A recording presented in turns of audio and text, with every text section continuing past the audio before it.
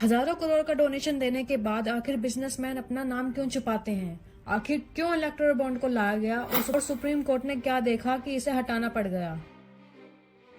सभा में अरुण जेटली ने जब फाइनेंस बिल 2017 पेश किया तब पहली बार इलेक्टोरल बॉन्ड का कॉन्सेप्ट सामने आया था। इन्होंने पॉलिटिकल पार्टी को डोनेशन देने के लिए एक नया सिस्टम बनाया था। डायरेक्टली चेक देने की जगह बैंक जाकर बॉन्ड खरीदने होंगे और वो आप पार्टी को दे सकते हो। पार्टी के पास 15 दिन का टाइम रहता है और वो इसे इनकैश करा सकते हैं। हर साल जनवरी, अप्रैल, अक्टूबर में 10 दिनों के लिए चुनावी बॉन्ड बेचे जाते हैं और कोई भी इनको SBI में जाकर खरीद सकता है। पार्टीज को जो बॉन्ड मिलते थे वो केवल इन पैसों को ऑफिशियल अकाउंट में ले सकते थे और कोई भी आदमी पॉलिटिकल पार्टी बनाकर ब्लैक का व्हाइट न करने लगे, इसलिए केवल वही पार्टी अलाउड थी जो इलेक्शन कमीशन के पास रजिस्टर्ड हो और जिनके पास लास्ट इलेक्शन में कम से कम 1% वोट आया हो। ये बॉन्ड बिकने के 15 दिन बाद एक्सपायर हो जाते थे, तो अगर किसी ने इसे इनकेस नहीं कराया तो ये पैसा सीधा PM रिलीफ फंड में चला जाता था। इसमें 1000 से लेकर 1 करोड़ तक के टोटल 5 बॉन्ड ऑप्शंस थे। किस कंपनी ने कितने बॉन्ड खरीदे थे उनकी एनुअल रिपोर्ट में दिख जाता था, लेकिन ये किस पार्टी को मिले ये डाटा स्पेसिफिकली सार्वजनिक रूप से उपलब्ध नहीं था। बॉन्ड आने से पहले पार्टी को 20,000 से ऊपर जितनी डोनेशन मिलती थी वो बताना मैंडेटरी था कि वो पैसा कहां से आ रहा है। लेकिन इलेक्टोरल बॉन्ड आने के बाद पार्टीज अपने टोटल चंदे की तो घोषणा करती थी, लेकिन किससे ये डोनेशन आ रहा है ये बताना मैंडेटरी नहीं था। इलेक्टोरल बॉन्ड से पहले कंपनी अपनी अर्निंग का 7.5% डोनेट कर सकती थी, लेकिन इलेक्टोरल बॉन्ड में ये स्कीम भी हटा दी गई ताकि पार्टीज को फौरन डोनेशन मिल सके। इसलिए FCRA में चेंजेस किए गए। बॉन्ड आया, कई साल हो गए, सुप्रीम कोर्ट ने कह दिया गलत है, अब नहीं होगा, और अब वो नाम सामने आ रहे हैं किसने बॉन्ड खरीदे और किस पार्टी को कितने पैसे मिले। इसमें असल मुद्दा ये है कि बात थी कि कैश का इस्तेमाल कम हो, भ्रष्टाचार कम हो, चुनाव साफ सुथरे हों। वो दिल्ली तो बहुत दूर है ना। इलेक्टोरल बॉन्ड को लेकर RBI और इलेक्शन कमीशन शुरू से ही कंसर्न थे। अपोजिशन भी इसका विरोध कर रही थी, लेकिन CPI के अलावा हर पार्टी ने इलेक्टोरल बॉन्ड से चंदा लिया था। ये बात हम पास्ट टेंस में इसलिए बता रहे हैं क्योंकि Feb 2024 के बाद सुप्रीम कोर्ट ने इसे बंद करने का ऑर्डर दे दिया। कोर्ट ने कहा मुझे ये स्कीम में काफी प्रॉब्लम दिखती है, लेकिन ऐसा था तो ये शुरू क्यों ही किया गया। जब उस टाइम के फाइनेंस मिनिस्टर अरुण जेटली ने इसके पीछे 2 रीजन दिए। पहला था कि 2018 से पहले पार्टी को जो भी फंडिंग मिलती थी वह ज्यादातर कैश में होती थी और इसका मतलब था कि इसका हिसाब किताब रखना काफी मुश्किल था, तो ब्लैक मनी भी पानी की तरह चलता था। पॉलिटिकल पार्टी जो 20,000 से कम की डोनेशन आती थी उनको अननोन सोर्सेज के नाम से दिखा देती थी। 2004 से 2017 के बीच पॉलिटिकल पार्टी को 11,000 करोड़ से भी ज्यादा डोनेशन मिली थी और इसमें 70% यानी 8,000 करोड़ बता दिया कि अननोन सोर्सेज से आया है। BSP को तो 2014 से 2015 के बीच जो टोटल 1,012 करोड़ की डोनेशन मिली थी, उन्होंने सब ये कह दिया कि अननोन सोर्सेज से आया है। सोच के देखो 20-20 हजार से कम की कितनी डोनेशन आई होंगी 112 करोड़ बनने के लिए। इलेक्टोरल बॉन्ड से पहले का जो सिस्टम था वो ट्रांसपेरेंट नहीं था। दूसरा रीजन अरुण जेटली ने दिया कि जो डोनर 20,000 से ऊपर का डोनेशन करते हैं उनका नाम यहाँ पर रिवील हो जाता है, इसलिए उस डोनर को हरास करने के चांसेस बढ़ जाते हैं। हर पॉलिटिकल पार्टी किसी स्टेट में अपोजिशन में होती है, कहीं पावर में होती है, तो इससे चांसेस बढ़ जाते हैं कि कहीं कोई पार्टी का किसी बिजनेसमैन से नाराज हो गई या उसको कम डोनेशन मिलता है एक स्टेट में, तो जहाँ जहाँ पावर में होगी वहाँ वो उस बिजनेसमैन को हरास करना शुरू कर देगी। और ऐसा हुआ भी। 2016 से पहले आम आदमी पार्टी वाले वेबसाइट पर डोनर्स की पूरी लिस्ट लगाते थे, लेकिन बाद में इन्होंने भी हटा दिया। जब इनसे पूछा गया कि ऐसा क्यों किया तो ये कहते हैं कि हमारे डोनर्स को BJP वाले जाकर परेशान कर रहे थे। तो बात ये है कि इलेक्टोरल बॉन्ड की वजह से पार्टी अननोन सोर्सेज से मिलने वाली डोनेशन को नहीं दिखा सकती, तो एक तरह से यहाँ ब्लैक मनी को रोकने का काम हो रहा था। और दूसरा ये कि डोनेशन देने वालों के लिए बेटर था क्योंकि उनका नाम पब्लिकली रिवील नहीं हो रहा था। लेकिन हम पब्लिक के साथ ट्रांसपेरेंसी की बात देखें, इलेक्टोरल बॉन्ड की स्कीम में बड़ी प्रॉब्लम थी। अब सरकार तो जनता से पाई का हिसाब लेती है, लेकिन जब पार्टीज को डोनेशन की बात आई तो जनता से बात छिपा ली गई कि ये पैसा आ कहां से रहा है। इलेक्टोरल बॉन्ड के खिलाफ कांग्रेस की जया ठाकुर CPIM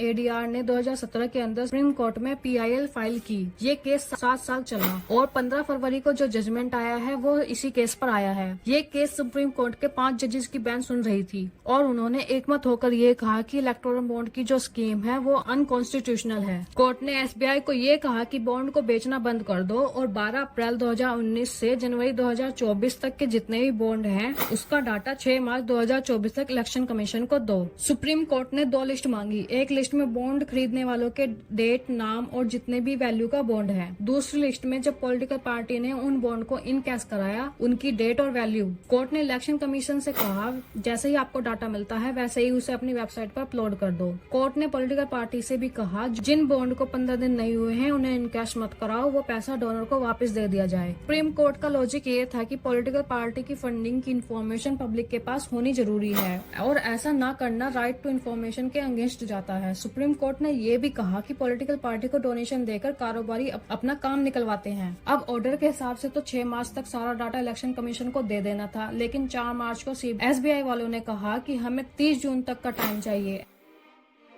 11 मार्च 2024 को जब इस अपील पर सुनवाई हुई तब SBI के वकील हरीश सावले ने कहा कि देखिए, हमारे पास डोनर और रिसीवर की लिस्ट अलग अलग जगह पर है। इनको मैच करने के लिए हमें 3-4 महीने लगेंगे, इसलिए हमें दोनों को मैच करके सबमिट करने में 30 जून तक का टाइम चाहिए। अब ये बात काफी लॉजिकल है, तो इस बात को अभी होल्ड पर रखते हैं। लेकिन कोर्ट ने भी सुनने के बाद कहा कि हमने मैचिंग की बात तो की ही नहीं। हमने खुद कहा है कि आप दोनों लिस्ट दे दो, और उन्होंने कहा कि हमने 26 दिन तुम्हें दिए थे, तुमने इतने दिन क्या किया। फिर कोर्ट ने ऑर्डर दिया कि 1 दिन के अंदर सारा डाटा इलेक्शन कमीशन को देना होगा, और साथ ही इलेक्शन कमीशन को ये भी कह दिया कि 15 मार्च शाम 5 बजे तक ये सारा डाटा पब्लिक कर दिया जाए। 14 मार्च को इलेक्शन कमीशन ने अपनी वेबसाइट पर 2 लिस्ट अपलोड कर दी। Electoral bonds. After all the delays, all the legal tussles and all the political fights, the data is out. From April 2019 to February 2020. एक लिस्ट में जिसमें डोनर के नाम, अमाउंट और बॉन्ड खरीदने की डेट और सारी जानकारी थी, और दूसरी लिस्ट में यह इन्फॉर्मेशन थी किस बॉन्ड को किस पार्टी ने कब इन कैश कराया। अब ये दोनों लिस्ट को मैच करने के लिए चाहिए था यूनिक बॉन्ड नंबर। जो बॉन्ड खरीदने वाले और इन कैश कराने वाले दोनों लिस्ट में अगर होता तो मैच कराने में आसान होता, लेकिन ये नंबर SBI वालों ने नहीं दिया, तो लोगों ने दूसरा लॉजिक लगाना शुरू कर दिया। जब बॉन्ड खरीदे गए उसके अगले 15 दिनों के अंदर जिस पार्टी ने बॉन्ड इनकैश कराया था, लोगों ने मान लिया कि ये बॉन्ड उसी पार्टी को मिला है, क्योंकि लगातार इतने सारे डोनर्स बॉन्ड खरीद रहे थे और पार्टी इनकैश करा रही थी। तो जो ये गैस वर्क था, इसकी वजह से काफी सारी फेक न्यूज सामने आने लगी। Ruling Biju Janata Dal in Odisha received donations worth rupees 944.5 crore through electoral bonds. The Aditya Birla Group topped the list of donors with rupees 260 crore donation to the ruling party in Odisha through its associate companies. इन्हीं fake news के चलते supreme court ने एक बार फिर SBI को डांटा और कहा कि 21 मार्च तक हमें यूनिक कोड वाला डाटा भी चाहिए, और फिर SBI ने ये डाटा भी वेबसाइट पर डाल दिया, जो अभी इलेक्शन कमीशन की साइट पर भी उपलब्ध है। फिर भी लिस्ट अलग अलग है, लेकिन दोनों लिस्ट में यूनिक कोड है। अब दोनों लिस्ट मैच होने के बाद जो सच सामने आया है वो था कि इलेक्टोरल बॉन्ड का सबसे बड़ा डोनर है फ्यूचर गेमिंग। इसका 40% जाता है TMC के पास और 36% DMK, 11% YSR, यानी सबसे बड़े डोनर का सिर्फ 7% पैसा बीजेपी को मिला। सेकंड बिगेस्ट डोनर है मेगा इंजीनियरिंग, उनका 54% पैसा बीजेपी को मिला, लेकिन इसके साथ ही इन्होंने BRS, Congress, TMK, TDP, YSR, Jana Sena यानी हर पार्टी को उन्होंने डोनेशन दिया। टोटल डोनेशन में जो आधी डोनेशन है वो टॉप 20 डोनर से आई है।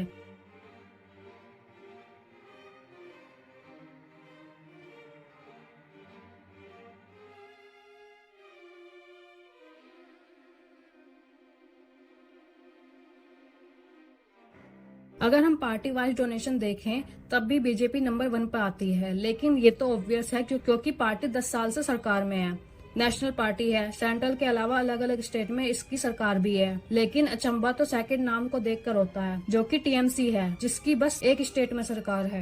The redemption of bonds by the Mamata Banerjee-led party increased after it won the assembly elections in West Bengal in 2021. The TMC won the election. अब electoral bond का data आपको मिला या नहीं, लेकिन एक बात तो क्लियर है, कोई भी कंपनी या इंडिविजुअल अपनी मेहनत का पैसा किसी को ऐसे डोनेट नहीं करते, पॉलिटिकल पार्टीज को तो बिल्कुल नहीं। इसके पीछे 2 रीजन हो सकते हैं, या तो ग्रीड या फियर। ग्रीड होती है कि पार्टी पावर में है तो इससे प्रोजेक्ट मिलेंगे, और डर होता है कि पैसा नहीं दिया तो रेड करा देंगे।